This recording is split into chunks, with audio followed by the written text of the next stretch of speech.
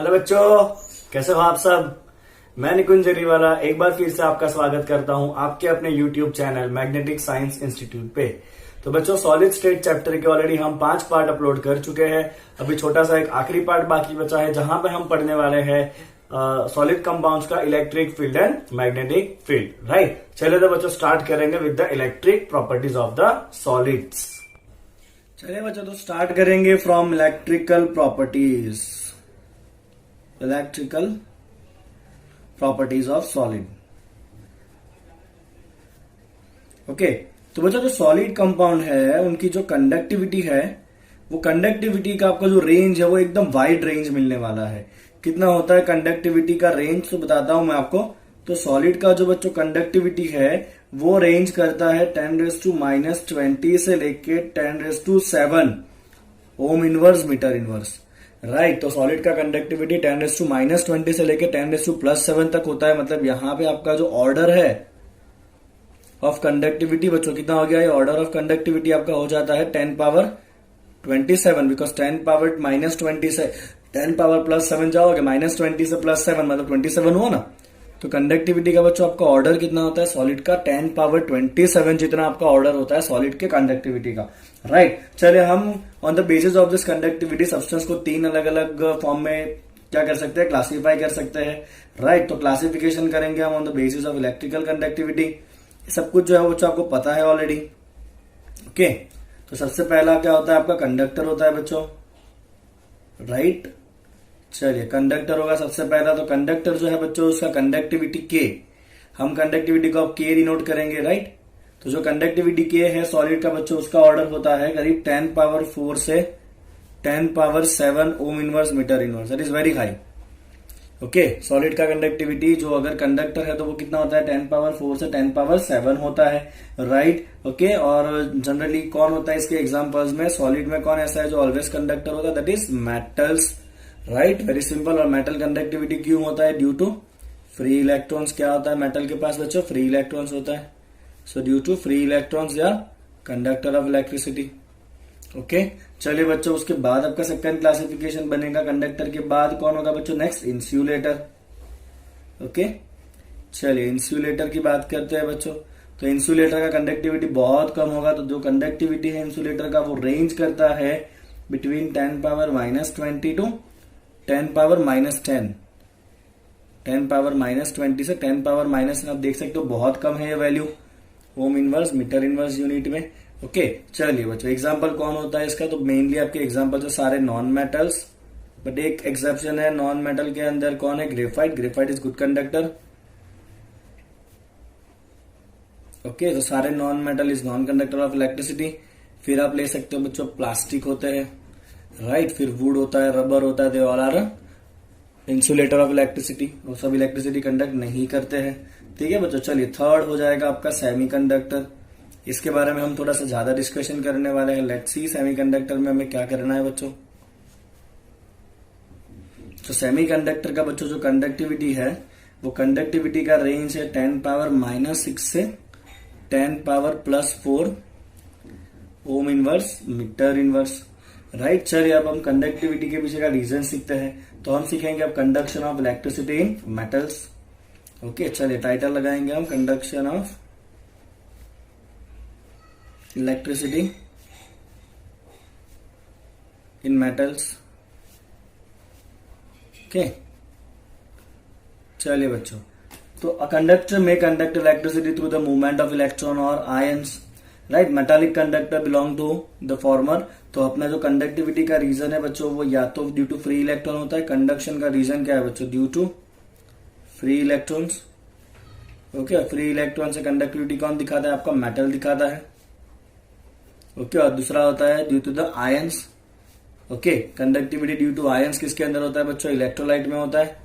Electrolyte में positive और negative ions होंगे जिसकी वजह से वो इलेक्ट्रिसिटी को कंडक्ट कर सकता है। राइट, चलिए जो मेटल्स है बच्चों वो सॉलिड स्टेट में भी इलेक्ट्रिसिटी कंडक्ट करते हैं और मोल्टन स्टेट में भी करते हैं। Metals conduct in solid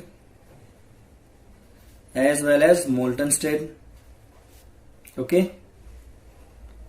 fine. चलिए ये कंडक्टिविटी किसके ऊपर डिपेंड करेगा, मेटल का। तो मेटल का डिपेंड करता है कंडक्टिविटी उसके वैलेंस इलेक्ट्रॉन के ऊपर, which depends on number of valence electron. जितने ज्यादा इलेक्ट्रॉन वैलेंस सेल में है उतना कंडक्टिविटी ज्यादा होगा, that depends on number of valence electron. Clear बच्चों आपको एकदम, नंबर ऑफ वैलेंस इलेक्ट्रॉन पर एटम। ओके, चलिए बच्चों अब यहां पर हम सीखने वाले band picture, let's see that. चलिए बच्चों, बैंड थियरी फॉर कंडक्टिविटी। सबसे पहले तो बैंड क्या होता है, तो जब एटॉमिक ऑर्बिटल ओवरलैप होंगे तो क्या बनेगा, मोलिकुलर ऑर्बिटल बनेगा। एटॉमिक ऑर्बिटल्स ओवरलैप या combine to form molecular orbit. Okay, ये आपको पता होना चाहिए, एमओटी के अंदर कुछ था ऐसा।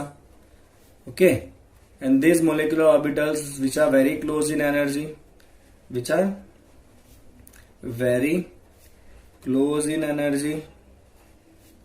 Okay, they are very close in energy and they'll form, क्या बनाएंगे, बैंड बनाएंगे। तो बैंड मतलब ऐसे मोलिकुलर ऑर्बिटल जिनकी एनर्जी जो है वो बहुत ही क्लोज है। ओके, चलिए बैंड के दो टाइप है, two types of band. Okay, दो टाइप के बच्चों बैंड होंगे। पहला होगा आपका कंडक्शन बैंड। ये जो कंडक्शन बैंड है बच्चों वो हाई एनर्जी स्टेट में है। कहां होता है बच्चों, ये हाई एनर्जी स्टेट में होता है। और दूसरा होता है आपका वैलेंस बैंड। ओके, ये वैलेंस बैंड कहां पे होता है बच्चों, लो एनर्जी में होता है। और ये कंडक्शन बैंड और वैलेंस बैंड के बीच का जो गैप है ना, उसे हम कहते हैं एनर्जी गैप। ओके, तो easy is your energy gap, that is energy gap between valence and conduction band, energy gap between the valence and conduction band. Okay, चलिए बच्चों अब तीन अलग अलग पिक्चर सीखेंगे हम। पहले मेटल के लिए देखते हैं क्या होता है। तो मेटल के लिए ये जो दोनों ऑर्बिटल्स है ना बच्चों, चलिए मेटल्स या कंडक्टर की बात करते हैं पहले। तो मेटल या कंडक्टर के अंदर ये हो गया आपका higher energy band. High energy में कौन सा बैंड होता है बच्चों, कौन सा बैंड होता है हाई एनर्जी में, आपका कंडक्शन बैंड होता है। तो ये आपका है कंडक्शन बैंड। ओके, देखिए किस तरह लिखना है इसको हमें। ओके, तो लिख देते हैं यहां पे कंडक्शन बैंड, राइट। ओके, चलिए बच्चों यहां पे आपका दूसरा बैंड है, समझिएगा बहुत ध्यान से। तो ये जो आपका दूसरा बैंड है, राइट, ये है आपका वैलेंस बैंड। और मेटल के अंदर क्या हो रहा है बच्चों, मेटल के अंदर conduction band and valence band क्या कर रहे हैं, एक दूसरे के ऊपर ओवरलैप कर रहे हैं। क्या कर रहे हैं, एक दूसरे के ऊपर ओवरलैप कर रहे हैं, मतलब एनर्जी गैप कितना है, 0 है।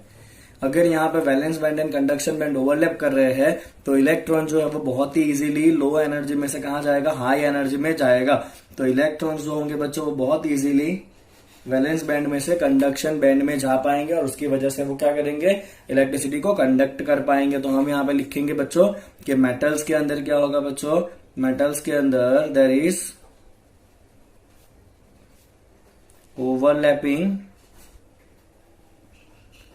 इन partially filled, overlapping in partially filled valence band and completely empty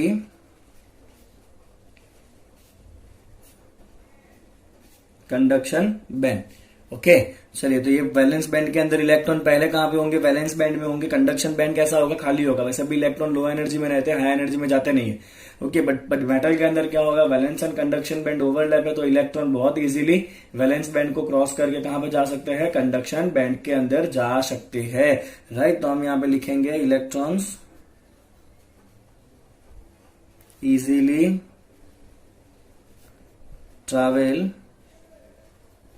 from valence band to conduction band, hence metal conduct electricity, hence the metals conduct electricity। metal इसलिए इलेक्ट्रिसिटी कंडक्ट करता है क्योंकि उसका energy gap कितना होता है बच्चों, 0 होता है, राइट। चलिए अब यही केस देखते हैं बच्चों हम फॉर इंसुलेटर्स।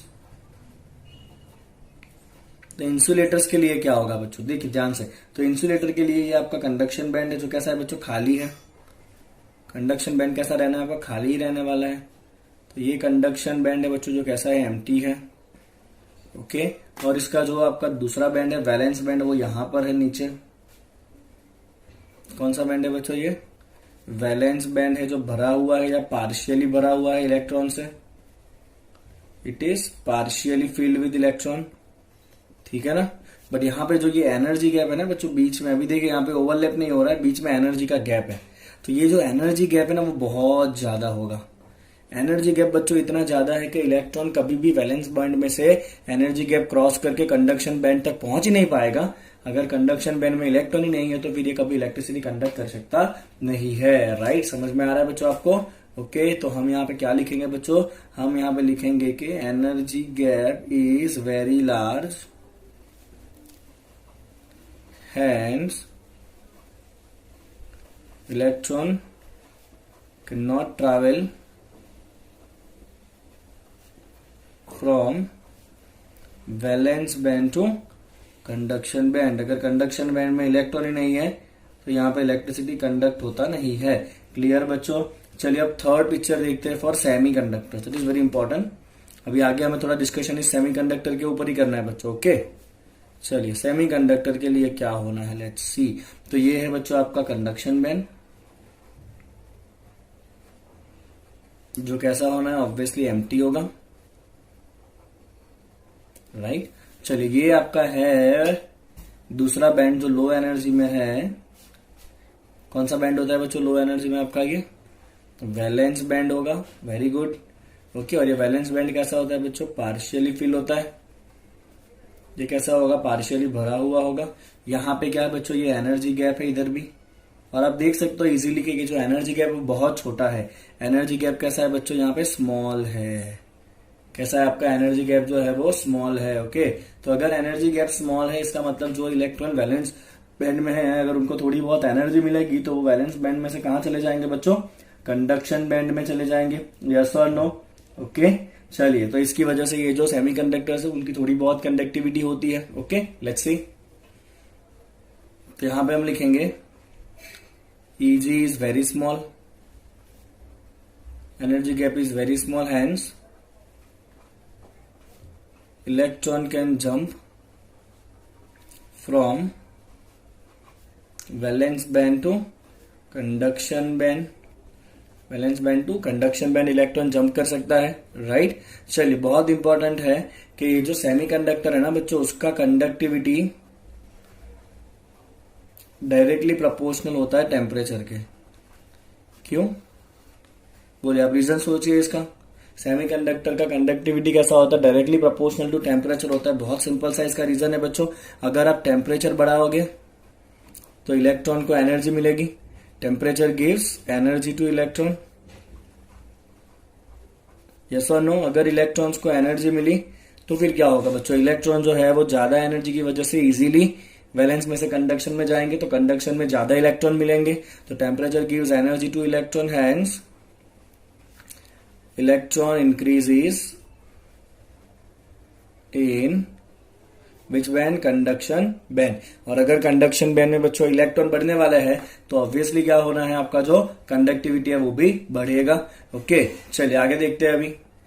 चलिए बच्चों बारी है अब टाइप्स ऑफ सेमीकंडक्टर देखने की। सेमीकंडक्टर ब्रॉडली दो टाइप का है। एक है intrinsic semiconductor. Intrinsic semiconductor they are called as pure semiconductor. Pure semiconductors. Okay, और ये प्योर सेमीकंडक्टर के एग्जांपल्स कौन है बच्चों? सिलिकॉन है या जर्मेनियम है। दे आर प्योर सेमीकंडक्टर्स, और उनका जो कंडक्टिविटी है वो बहुत कम है, जो हम प्रैक्टिकली यूज नहीं कर सकते हैं। Their conductivity is too small for practical purpose. Practical purpose, right, fine. तो उनका कंडक्टिविटी बहुत कम है, उनको प्रैक्टिकली हम यूज नहीं कर सकते। सेकंड है आपका extrinsic semiconductor.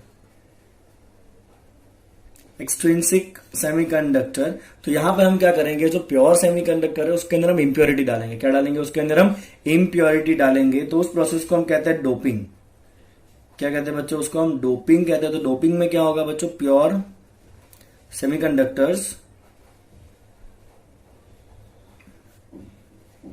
Are added with impurity.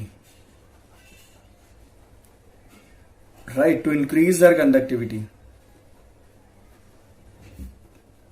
to increase their conductivity, right. और ये जो इम्प्योरिटी हमने ऐड किया है उससे क्रिस्टल के अंदर या सेमीकंडक्टर के अंदर इलेक्ट्रॉनिक डिफेक्ट प्रोड्यूस होगा, राइट। दिस इम्प्योरिटी प्रोड्यूस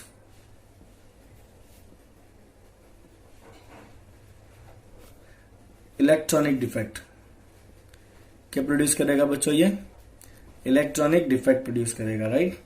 चलिए अब यहाँ पे आपको दो टाइप के एक्सट्रिंसिक सेमीकंडक्टर देखने हैं। उसका आपका पहला टाइप है बच्चों एन टाइप सेमीकंडक्टर।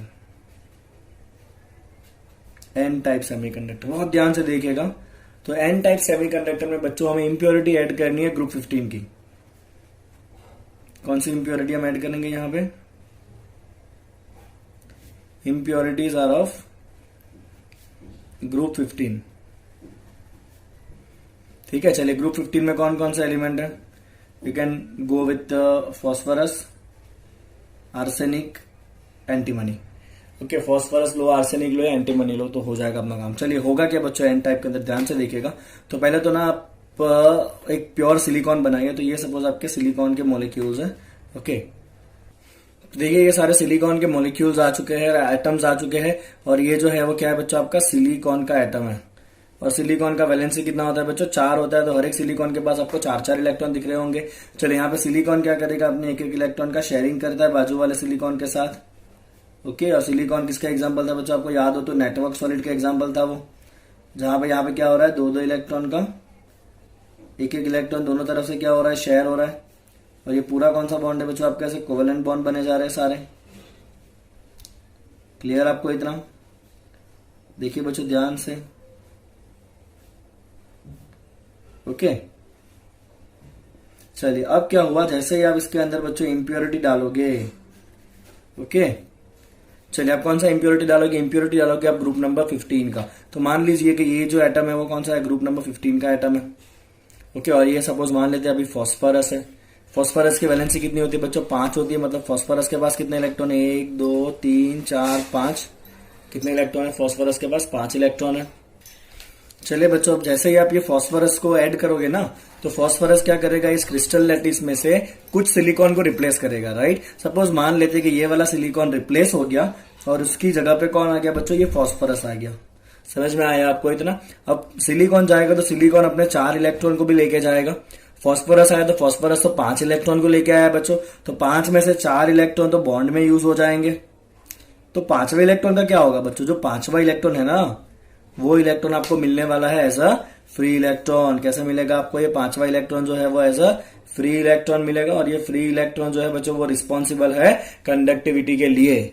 समझ में आया आपको? प्योर सेमीकंडक्टर में सारे इलेक्ट्रॉन बॉन्ड में थे। यहाँ पे आप जैसे इंप्योरिटी डालोगे तो आपको एक इलेक्ट्रॉन बच्चों कैसा मिलने वाला है? फ्री मिलने वाला है। और इस फ्री इलेक्ट्रॉन की वजह से क्या होगा? कंडक्टिविटी बढ़ेगा। तो इसे हम क्या कहते हैं बच्चों? एन टाइप सेमीकंडक्टर्स कहते हैं। समझ में आया आपको इतना? चलो देखो खत्म करते हैं अभी स्टेटमेंट लिख के। हम यहाँ पे क्या करेंगे? हम यहाँ पे लिखेंगे impurity atom will bring 1 free electron, right, which is responsible for increasing conductivity. Okay fine. और यहां पे ध्यान से देखिए बच्चों, आप यहां पे आपका ज्यादा क्या आया है? फ्री इलेक्ट्रॉन आया है ना। इलेक्ट्रॉन का चार्ज क्या होता है बच्चों? नेगेटिव होता है। इसलिए इनको हम क्या कहते हैं? एन टाइप सेमीकंडक्टर कहते हैं। क्या कहते हैं बच्चों इसको? हम एन टाइप सेमीकंडक्टर्स, राइट। तो हम यहाँ पे आखिर में लिख सकते हैं कि ये कंपाउंड के अंदर इलेक्ट्रॉन ज्यादा है, तो ये कंपाउंड कैसा है बच्चों? इलेक्ट्रॉन रिच कंपाउंड है, क्योंकि एक्स्ट्रा इलेक्ट्रॉन आया ना। So they are electron rich compound. और इलेक्ट्रॉन का चार्ज कैसा होता है? नेगेटिव होता है। That's why they are called as N type also. बोले क्लियर बच्चों? आपको एन टाइप सेमीकंडक्टर में क्या लिखना है, कैसे लिखना है वो? ओके चलिए बच्चों, अब दूसरा होता है आपका P type semiconductor. Second is your P type semiconductor. चलिए देखते हैं पी टाइप में क्या होगा। तो पी टाइप में बच्चों हम इंप्योरिटी ऐड करते हैं ग्रुप नंबर 13 की। तो यहां पे बच्चों इंप्योरिटीज होगा आपका ग्रुप नंबर 13 का। ग्रुप नंबर 13 में कौन सा एलिमेंट है बच्चों बताइए। तो ग्रुप नंबर 13 में आपके एलिमेंट है बोरॉन, एल्यूमिनियम एंड गैलियम। ठीक है, चलिए बच्चों क्या होगा, वापस मैं आपको सिलिकॉन का क्रिस्टल बना देता हूं पहले। चलिए बच्चों देखिए सिलिकॉन का क्रिस्टल आ गया है, जहां पे हर एक सिलिकॉन के पास 4-4 इलेक्ट्रॉन है। अब नेक्स्ट फ्रेम में ये कोवेलेंट बॉन्ड्स बन जाएंगे, देखिएगा आप ध्यान से। चलिए बच्चों क्लियर, ये आपका सिलिकॉन का पूरा कोवेलेंट बॉन्ड बन चुका है। अब हम इम्प्योरिटी ऐड कर रहे हैं बच्चों। मान लो कि ये आपका इम्प्योरिटी का पूरा एटम है, राइट। और ये इम्प्योरिटी एटम कौन सा लेना है बच्चों, लेट्स से दिस बोरॉन। और बोरॉन की वैलेंसी कितनी होती है बच्चों 3। तो बोरॉन के पास तो बाहर कितने इलेक्ट्रॉन है, खाली 3 ही है। अब ये बोरॉन जब सिलिकॉन को रिप्लेस करेगा, मान लेते हैं बच्चों ये सिलिकॉन रिप्लेस हुआ, ये वाला, और उसकी जगह पे कौन आ गया, बोरॉन आ गया। अब जब सिलिकॉन जाएगा बच्चों, तो सिलिकॉन अपने साथ अपने 4 इलेक्ट्रॉन्स को भी लेके जाएगा, यस और नो। तो साथ में उसके जो 4 इलेक्ट्रॉन है, 1 2 3 4, वो भी चले जाएंगे। अब बोरॉन तो अपने साथ खाली कितने इलेक्ट्रॉन लाया है बच्चों, 3 ही इलेक्ट्रॉन लाया है। तो बोरॉन यहाँ पे इलेक्ट्रॉन में बॉन्ड बनाएगा, यहाँ पे बनाएगा बॉन्ड, यहाँ पे बनाएगा बॉन्ड। बट यहाँ पे क्या होगा, ये इलेक्ट्रॉन तो चला गया था और यहाँ पे तो कोई इलेक्ट्रॉन आया भी नहीं है। तो यहाँ पे एक जगह कैसा रह जाएगा बच्चों, आपका खाली रह जाएगा। क्या रह जाएगा, एक जगह आपका खाली रह जाएगा। और ये बॉन्ड में जो जगह खाली रहा ना, उस जगह को हम कहते हैं होल। क्या कहते हैं बच्चों, उसको हम होल कहते हैं, राइट। अब आगे देखते हैं। तो बच्चों यहाँ पे क्या हो रहा है, यहाँ पे आपका इलेक्ट्रॉन कम हो गया। तो ये कंपाउंड कैसे है, इलेक्ट्रॉन डेफिशिएंट है। कैसे है ये कंपाउंड बच्चों, इलेक्ट्रॉन डेफिशिएंट है। और इसमें ज्यादा कौन अमाउंट में होगा, होल ज्यादा होगा। कौन ज्यादा होगा बच्चों, आपका होल जो है वो ज्यादा अमाउंट में होगा, राइट। और यार इलेक्ट्रॉन डेफिशिएंट कंपाउंड। और जो मेजोरिटी चार्ज का कैरियर है, चार्ज को कैरी करने वाला जो मेजोरिटी है, वो बच्चों मेजोरिटी चार्ज कैरियर है आपका होल। कौन है मेजोरिटी चार्ज कैरियर, होल है। और होल के अंदर वैसे कोई चार्ज नहीं है, बट हम कंसिडर करते हैं कि होल जो है वो पॉजिटिवली चार्ज की तरफ बिहेव करेगा। That's why they are called as P type semiconductor. क्या कहते हैं बच्चों, इसको हम पी टाइप सेमीकंडक्टर कहते हैं। होगा क्या, जैसे ही आप इसको इलेक्ट्रिक फील्ड में रखोगे, मान लीजिए यहाँ पे हमने इलेक्ट्रिक फील्ड का पॉजिटिव एंड रखा है कंडक्ट कराने के लिए, और यहाँ पे हमने इलेक्ट्रिक फील्ड का कौन सा एन रखा बच्चों, नेगेटिव एन रखा। तो होगा क्या है, जो नेगेटिव इलेक्ट्रॉन जो है वो यहाँ से जैसे ही अंदर आएंगे, तो ये इलेक्ट्रॉन जो है वो बॉन्ड में से निकल के, सपोज ये इलेक्ट्रॉन बॉन्ड में से फ्री हुआ, आगे जाने की ट्राई करा, यहाँ पे ट्रैप हो गया, बराबर। तो ये होल भर गया, बट होल कहाँ चला गया, आगे चला गया, राइट। सपोज यहाँ से इलेक्ट्रॉन निकला आपका, ओके, यहाँ पे जैसे इलेक्ट्रॉन निकला ये होल हो गया, और यहाँ से निकलने वाला इलेक्ट्रॉन यहाँ पे आके ट्रैप हो गया। समझ में आ रहा है बच्चों आपको। तो मैं यहाँ पे ऐसा कह सकता हूं कि जैसे ही हमने एक्सटर्नल फील्ड लगाया, तो जो इलेक्ट्रॉन है वो धीरे धीरे कहाँ जा रहा है, पॉजिटिव प्लेट की तरफ जा रहा है। और जो होल है वो पहले यहाँ पे था, वो धीरे धीरे कहाँ जा रहा है, नेगेटिव प्लेट की तरफ जा रहा है, राइट। तो जैसे ही आप यहाँ पे एक्सटर्नल फील्ड अप्लाई करोगे, तो एक्सटर्नल फील्ड में क्या होगा बच्चों, देखिए ध्यान से। तो इन एक्सटर्नल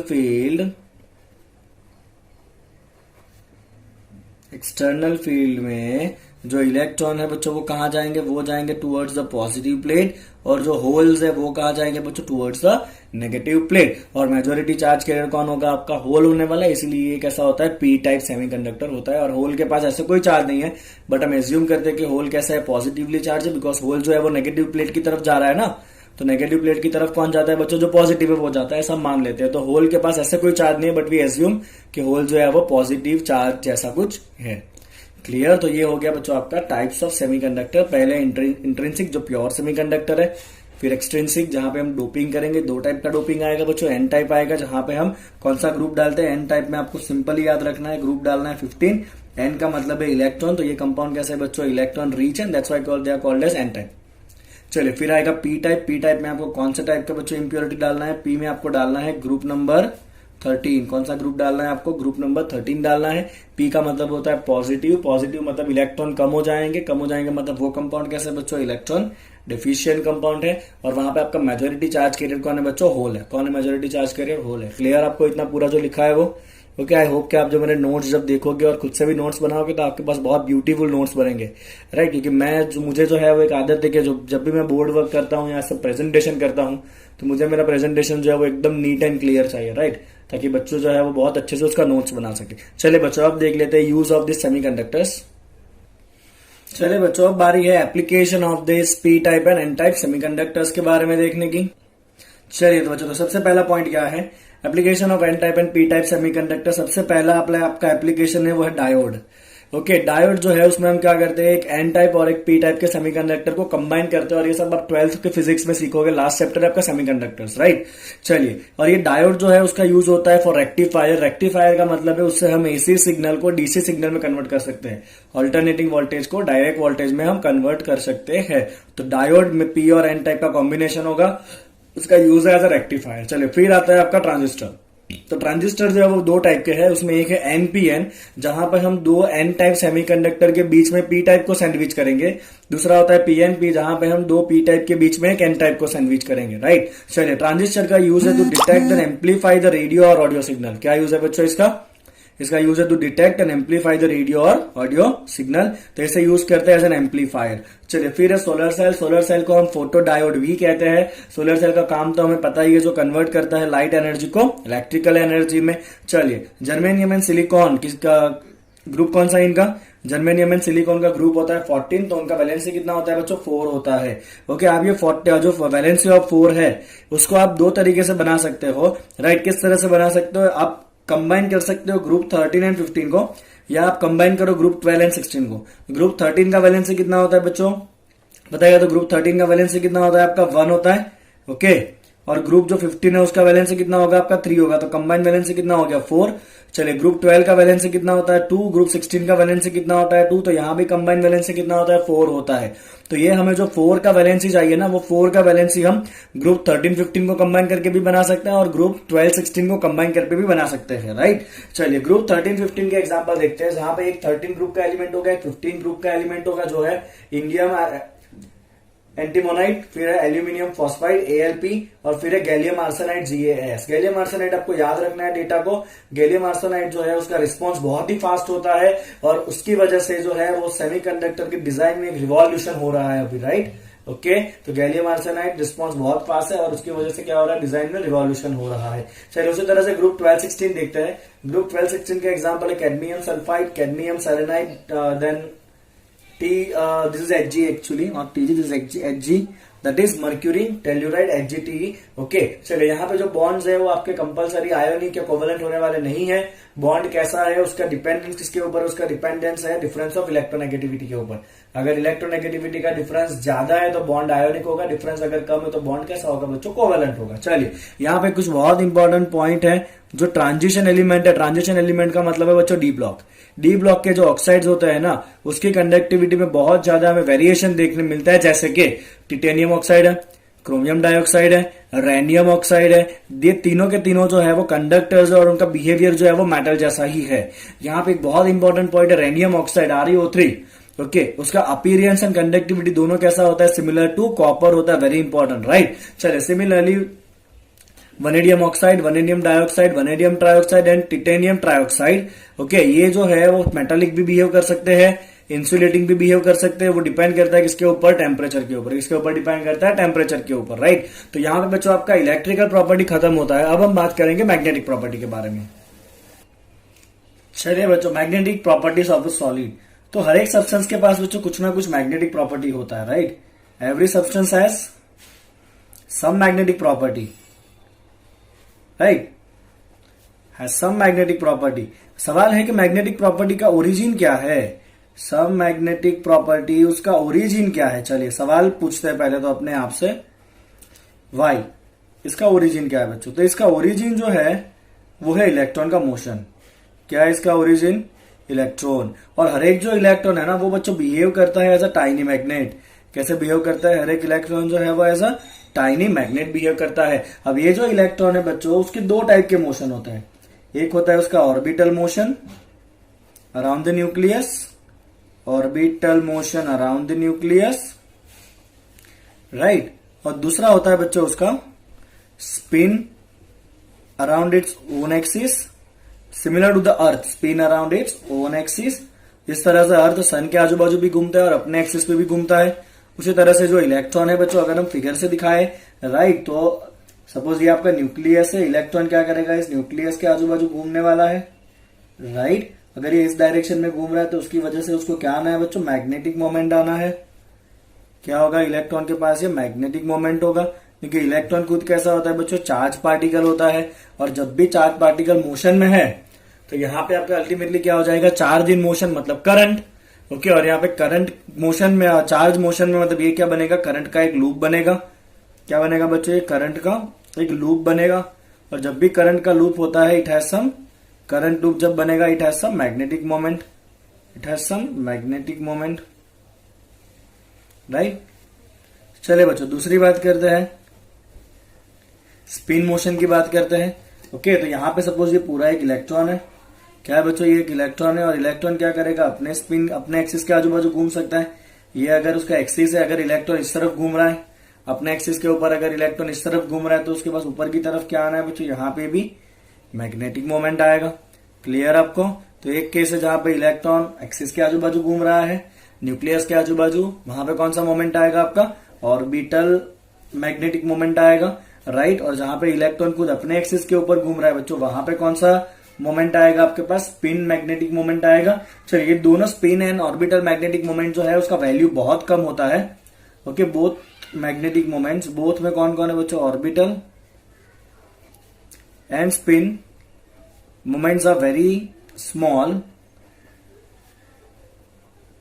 राइट। तो इसका वैल्यू जो है ना हम बोहर मैग्नेट्रॉन यूनिट में दिखाते हैं, this are very small, hence it is measured in BM. BM is called as Bohr's magneton. Physics में आप इसके बारे में डिटेल में पढ़ने वाले हो बच्चों, ओके। Bohr's magneton. और आपका जो वन बोहर मैग्नेटॉन होता है बच्चों, वो होता है 9.27 into 10 power -24 ampere into metre square. कितना होता है वन बोहर मैग्नेटॉन बच्चों, 9.27 into 10 to the power -24 ampere into metre square. और ये जो है ना, जब आपका इलेक्ट्रॉन पहले ऑर्बिट में रिवॉल्व कर रहा है, तो उस पहले ऑर्बिट में रिवॉल्व करने वाले इलेक्ट्रॉन का जो मैग्नेटिक मोमेंट है ना, वो इतना होता है, वन बोहर मैग्नेटॉन जितना। ठीक है बच्चों, चलिए अब हम क्या करेंगे, सब्सटेंस को क्लासिफाई करने वाले हैं on the basis of this magnetic moment. Okay, let's सी। चलिए बच्चों, क्लासिफिकेशन देखते हैं। सबसे पहला है पैरामैग्नेटिक। चलिए, क्या क्या याद रखना है, तो ये जो कंपाउंड है they will be weekly attracted in magnetic field. अगर आप इनको मैग्नेटिक फील्ड में रखोगे बच्चों, तो क्या होगा, they will weekly attract in magnetic field. Okay fine. चलिए बच्चों, दूसरा पॉइंट इस जो अगर आप इसको मैग्नेटिक फील्ड में रखोगे तो ये कंपाउंड खुद भी मैग्नेटाइज होंगे और उनका मैग्नेटिज्म जो है वो एक्सटर्नल मैग्नेटिक फील्ड की डायरेक्शन में ही होगा, right. So they are magnetized, they are magnetized in direction of applied magnetic field, in direction of applied magnetic field, they are magnetized in the direction of applied magnetic field। चलिए, अगर आपने magnetic field हटा लिया तो वापस magnetism जो है वो क्या हो जाएगा, जीरो हो जाएगा। Okay, on removing magnetic field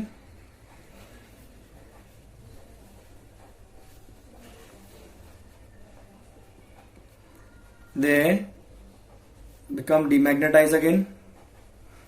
वापस क्या हो जाएंगे बच्चे, वो डीमैग्नेटाइज्ड हो जाएंगे, right. Okay, and this compound या this substance must possess at least one or more single electron. So they possess one or more than one lone electron. Lone का मतलब क्या है बच्चों, अनपेयर्ड इलेक्ट्रॉन। ओके, चलिए, तो यहां पे क्या क्या इंपॉर्टेंट पॉइंट याद रखने थे आपको। They are weakly attracted in the magnetic field, they magnetize in the direction of applied magnetic field. Magnetism जैसे ही आप मैग्नेटिक फील्ड लगाओगे वापस कैसे हो जाएंगे, वो डीमैग्नेटाइज्ड हो जाएंगे। ओके, और उनके अंदर क्या होगा, दे possess at least one lone electron. ठीक है, चलिए बच्चों, इसके एग्जाम्पल देखते हैं। बहुत सिंपल से इसके एग्जाम्पल्स है।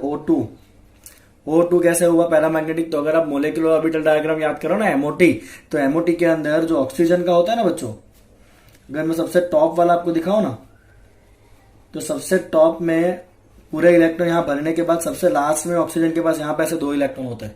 आप एमओटी याद करने की ट्राई करो, राइट। फिर हो जाएगा बच्चों आपका Cu+2। अब इसका इलेक्ट्रॉनिक कन्फिगरेशन लिखो, आपको डी ऑर्बिटल में सिंगल इलेक्ट्रॉन दिखेगा।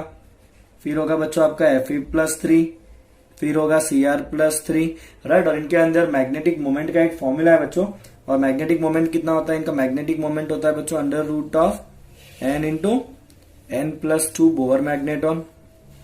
तो अगर मुझे पूछा है what is the magnetic moment of Fe+3, तो मैं क्या करूंगा? पहले Fe कॉन्फ़िगरेशन लिखूंगा। चलिए Fe के अंदर आर्गन तो पूरा ही भर जाएगा। आर्गन के बाहर कौन आएगा बच्चों? आपका 4s आएगा। उसके आगे कौन आएगा? 3d। यहाँ पे आपके 18 भर चुके हैं। Fe का नंबर होता है 26। चलिए 18 के बाद 2 यहाँ पे भरेंगे, कितना हुआ? 20, और यहाँ पे भरेंगे 6, कितना हो गया? 26। बट हमें चाहिए Fe+3, तो 3 इलेक्ट्रॉन निकालने पड़ेंगे। 3 इलेक्ट्रॉन निकालोगे तो पहले 2 s में से जाएंगे और एक कहां से जाएगा बच्चों? आपका d में से जाएगा। तो d में कितना हो जाएगा? 5 हो जाएगा। 2 यहां से जाएंगे बाहर से और एक अंदर से जाएगा। चलिए D5 आप कॉन्फ़िगरेशन लिखे। D5 मतलब हर एक के अंदर एक एक सिंगल इलेक्ट्रॉन। तो नंबर ऑफ सिंगल इलेक्ट्रॉन कितने हुए? आपके 5 हुए। तो मैग्नेटिक मोमेंट कितना होगा बच्चों? Under root of n into n+2, that is under root of 35 Bohr magneton. Is that clear बच्चों? तो ये हो गया आपका all about the paramagnetic substance. चलिए आप देखते हैं डायमैग्नेटिक। चलिए बच्चों डायमैग्नेटिक सब्सटेंस, पैरामैग्नेटिक से पूरा उल्टा लिखना है।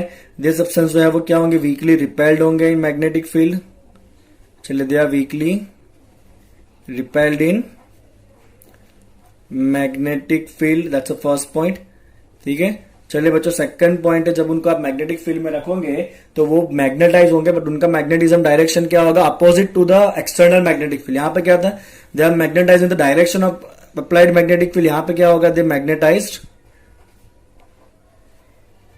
दे magnetised in opposite direction of applied magnetic field. Clear बच्चों? ओके चलिए नेक्स्ट पॉइंट देखते हैं।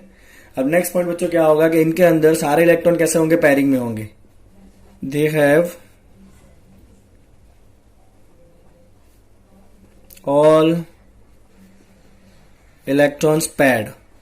अगर सारे इलेक्ट्रॉन बच्चों पैरिंग में है ना, उससे क्या होगा? सारे इलेक्ट्रॉन एक दूसरे के पैर का जो मैग्नेटिक मोमेंट है उसको क्या कर देंगे? कैंसल कर देंगे। Hence each pair cancel magnetic moment due to oppositely spinned electron. Right, हमें पता है बच्चों कि जब एक की भी ऑर्बिटल में 2 इलेक्ट्रॉन होता है तो एक का स्पिन अगर प्लस ऑफ है तो दूसरे का स्पिन कैसा होगा? माइनस ऑफ होगा। तो क्योंकि दोनों के स्पिन जो है वो कैसे है बच्चों? एक दूसरे से अपोजिट। एक अगर ऐसे घूम रहा है तो एक ऐसे घूम रहा है, इसलिए वो पैर क्या करेगा? अंदर अंदर इलेक्ट्रॉन जो है वो अपना मैग्नेटिक मोमेंट जो है वो क्या कर देंगे? कैंसल कर देंगे। राइट, चलो तो यहाँ पे इंपॉर्टेंट पॉइंट कौन सा है बच्चों? They are weakly repelled.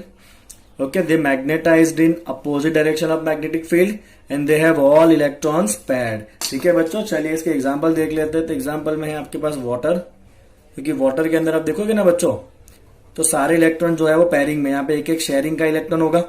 Right, यहाँ पे ऑक्सीजन के पास और 4 इलेक्ट्रॉन बचेंगे। ये भी पैर है, ये भी पैर है। ये बॉन्ड वाले इलेक्ट्रॉन भी कैसे होते हैं? पैर ही होते हैं। राइट, ओके, तो ये आपका कैसा हो जाएगा? डायमैग्नेटिक्स। फिर NaCl में भी सेम ऐसा ही होगा। फिर बेंजीन का स्ट्रक्चर आपको पता ही होगा, C6H6, जहां पे सारे इलेक्ट्रॉन कैसे होते हैं बच्चों? पैर डी होते हैं। ओके, फिर अगर आप एक और एग्जांपल लेना चाहो तो आप ले सकते हो Zinc+2 या Copper+1। ओके, चलिए Zinc+2 आप जब पूरा कॉन्फ़िगरेशन लिखोगे ना, ये आपका आएगा 3D10। D10 है मतलब सारे इलेक्ट्रॉन पैरिंग में ही होंगे। राइट, सिमिलरली आप कॉपर प्लस करोगे तो उसका भी क्या आएगा बच्चों? 3D10 आएगा, क्योंकि उसमें भी सारे इलेक्ट्रॉन कैसे होंगे? आपके पैरिंग में ही होंगे। क्लियर आपको इतना? चलिए बच्चों आगे देखते हैं डोमेन कंसेप्ट। चलिए बच्चों डोमेन समझ लेते हैं। डोमेन क्या है? तो डोमेन जो है बेसिकली वो है ग्रुप ऑफ आयन्स। कैसे? Ion which have the magnetic moment in same direction. Okay, तो ऐसे आयन जिनके मैग्नेटिक मोमेंट कैसे होंगे बच्चों? एक ही डायरेक्शन में होंगे। वैसे आयन एक ग्रुप बना लेंगे। राइट, एक गैंग बना लेंगे। ओके, और उस गैंग को हम क्या कहेंगे बच्चों? उस गैंग को हम कहेंगे डोमेन। ओके, तो ये एक गैंग है, इसके अंदर जितने भी आयन्स है उन सबका मैग्नेटिक मोमेंट एक ही डायरेक्शन में, इस एरो के डायरेक्शन में। सिमिलरली ये एक दूसरा गैंग है, इन सबका मैग्नेटिक मोमेंट इस डायरेक्शन में। ये एक और गैंग है जिनका मैग्नेटिक मोमेंट इस डायरेक्शन में। क्लियर हो रहा है बच्चों आपको ये? ओके, चलिए आगे देखिए बच्चों क्या हो रहा है यहाँ पे। फाइन, तो यहाँ पे क्या होगा? In the absence of magnetic field, अगर मैग्नेटिक फील्ड नहीं है ना, तो ये सारे डोमेन जो है वो कैसे होंगे बच्चों, रैंडमली अरेंज होंगे। एक डोमेन का पूरा मैग्नेटिक मोमेंट इस तरफ होगा, एक डोमेन इस तरफ, एक डोमेन इस तरफ, तो नेट मैग्नेटिक मोमेंट क्या हो जाएगा बच्चों, जीरो हो जाएगा। सब मैग्नेटिक मोमेंट क्या करेंगे, एक दूसरे को कैंसिल करेंगे। हमें ये देखना है कि जब मैग्नेटिक फील्ड अप्लाई करेंगे एक्सटर्नली तो क्या होता है। तो जब आप एक्सटर्नल मैग्नेटिक फील्ड अप्लाई करोगे ना बच्चों, तब आपके आप 3 टाइप के और सॉलिड सब्सटेंस बनेंगे on the basis of magnetic field. उसका पहला जो है वो है फेरोमैग्नेटिक, राइट। तो फेरोमैग्नेटिक में क्या होगा बच्चों, in the ferromagnetic substance, okay, ये डोमेन तो होगा ही उसके अंदर। जैसे ही आप एक्सटर्नल फील्ड अप्लाई करोगे ना, तो in the external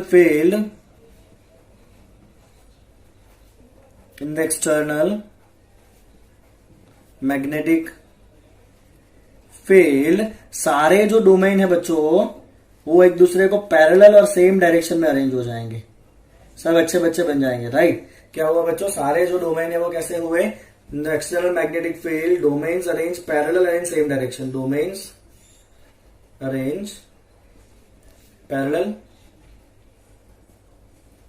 and the spin remain parallel and in same direction. Clear आपको इतना। अगर ऐसा हो रहा है तो they are going to be very strongly attracted in magnetic field. क्या होगा बच्चों, they will attracted very strongly in magnetic field, they are attracted very strongly in magnetic field, ठीक है, वेरी स्ट्रांग अट्रैक्शन, ओके। और क्योंकि इस तरह का उसका डोमेन का खुद का अरेंजमेंट है, मतलब अब भी क्या करेंगे, अपनी खुद की भी एक स्ट्रांग मैग्नेटिक फील्ड बनाएंगे। So they produce their own magnetic field. क्या करेंगे, वो अपना खुद का मैग्नेटिक फील्ड बनाएंगे बच्चों, दे produce their own magnetic field. और अगर आप एक्सटर्नल फील्ड को हटा भी लोगे ना, फिर भी ये डोमेन जो है वो डिस्टर्ब होने वाला नहीं है, क्योंकि उन्होंने खुद अपना बहुत स्ट्रांग एक फील्ड डेवलप कर लिया है। ये हमेशा के लिए सुधर गए सारे बच्चे, राइट। मतलब ये क्या हो सकता है, they can become permanent magnets, क्योंकि इनकी खुद की एक मैग्नेटिक फील्ड अब बनी है ना, ओके। तो ये क्या बिहेव करेंगे बच्चों, as a permanent magnet behave करेंगे। आपको सिंपल पता होना चाहिए, आयरन का अगर आपके पास है, लोखंड का एक टुकड़ा है, उसको आप ज्यादा देर तक अगर मैग्नेट के साथ चिपका के रखो, तो वो जो लोखंड होगा ना आपका आयरन, वो खुद भी कैसे बिहेव करेगा, एज अ मैग्नेटिक बिहेव करेगा थोड़ी देर के लिए, राइट। चलिए, तो मैं यहां पे क्या लिखूंगा बच्चों, on removing external field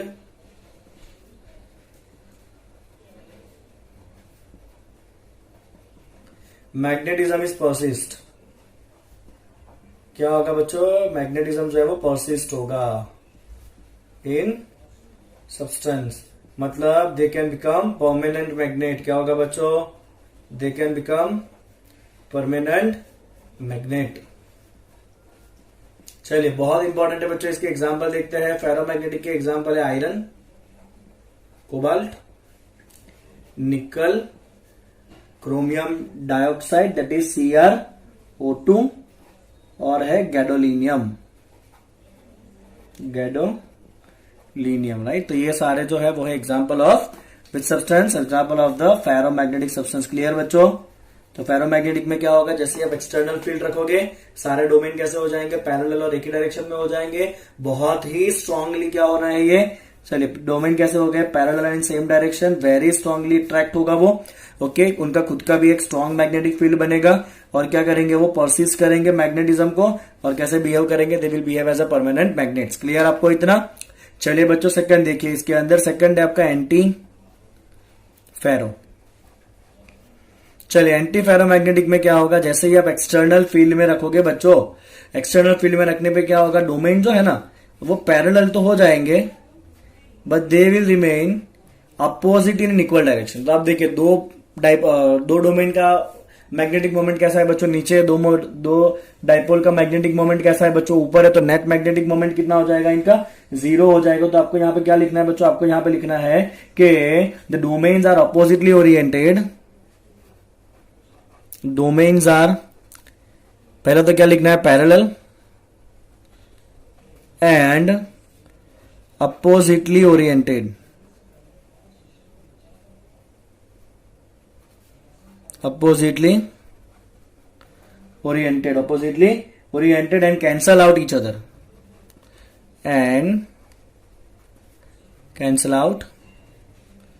each others magnetic moment. Clear बच्चों आपको इतना? ठीक है, चलिए यहां पे इसका एग्जांपल है बच्चों मैंगनीज ऑक्साइड MnO। क्या एग्जांपल है इसका? इसका एग्जांपल है एंटी फेरोमैग्नेटिक का एग्जांपल बहुत इंपॉर्टेंट, दैट इज MnO। और ये MnO यूज होता है आपका टेप रिकॉर्डर के टेप बनाने के लिए, राइट। आपको भी एंट्रेंस को मैं आपको पढ़ाऊंगा तो आपको सिखाऊंगा ये सब चीजें। ओके, चलिए बच्चों सी पार्ट में जाएंगे अभी। इसका आखिरी पार्ट है जो है आपका ferrimagnetic, ferri. Okay, female version.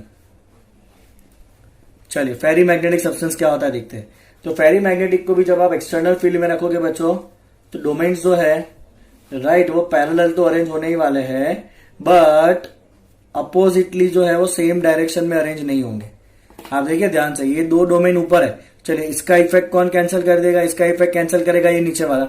ये ऊपर वाले का इफेक्ट कौन कैंसिल करेगा? ये नीचे वाला। बट ये ऊपर वाला जो है वो बाकी रह जाएगा। मतलब यहाँ पे कुछ ना कुछ नेट मैग्नेटिक मोमेंट जो है वो बाकी बचने वाला है। तो यहाँ पे बच्चों आप क्या लिखोगे? यहाँ पे आप लिखोगे कि डोमेन कैसे होंगे इन एक्सटर्नल फील्ड। आप जैसे ही रखोगे, एक्सटर्नल फील्ड में रखने पर ही होगा सब कुछ। एक्सटर्नल फील्ड में आप जैसे ही रखोगे क्या होगा बच्चों? यहाँ पे domains are align in parallel and anti parallel, parallel and anti parallel in unequal direction. देखा ना आपने डायरेक्शन कैसा है उसका? An unequal numbers. कैसा है बच्चों? वो अनइक्वल नंबर से। देखिए आप ध्यान से, यहाँ पे 3 डायपोल ऊपर है, 3 मोमेंट ऊपर की तरफ है डोमेन का, और 2 मोमेंट कहां पर है? नीचे की तरफ है। मतलब ये पैरेलल एंड एंटी पैरेलल है बट अनइक्वल नंबर्स के अंदर है। इसलिए क्या होगा? कुछ ना कुछ रिजल्टेंट मैग्नेटिक मोमेंट बाकी रह जाएगा। Hence some net magnetic moment